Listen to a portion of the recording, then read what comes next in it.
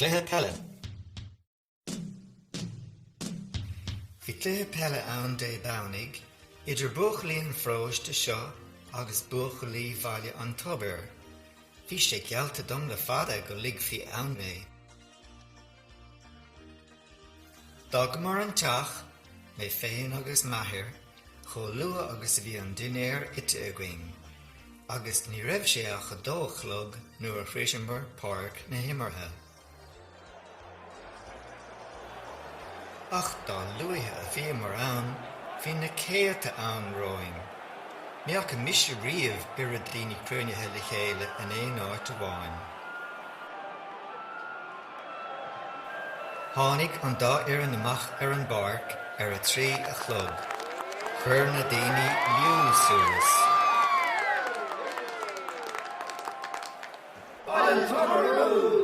Ar sa scata acu. Kildrú! Ar sa dram eile. Cathag pingin in orde le láthair na bhórna a thucrú. An captéin se gcuinge a bhuaigh an cathal agus thabh sé imirt le gaoi. Héad an Leitheoir an adóg agus cathag isteach an líróid. Bóchail de iarrainn bhaile an tobair ba thuaisce a rug ar an líróid agus thug sé cictí a chur in iarracht deslaat don chúl í. Ach, bhí fearr an gil an rimpi agus chuir sé ar ais I lár na parca í. Léonn beirt le brethir an líróid agus thug duine acu sonc don duine eile ón taobh hir, chuir an slua éig asta ar siad. Héad an Leitheoir an adóg agus leabháil sé saorchic don iarrainn seo gcuinge. Seán ó bríon a bhuail an saorchic agus chuir sé an líróid isteach in héal an chúil.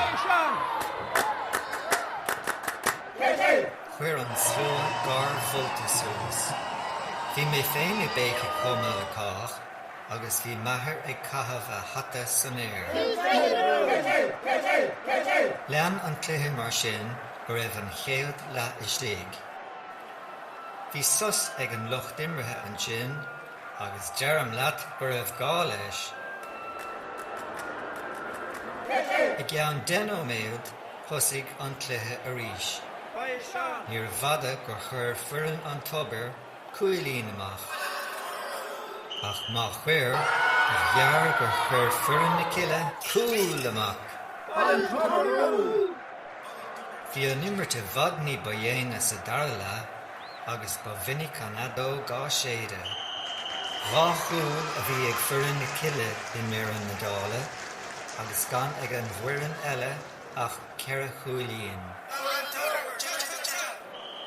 An tuaisce a bhí deire leis an imirt, léon slua de bhaintear na cille isteach sa fáil agus dumpur siad a bhuireann féin amach ar an mhuilí.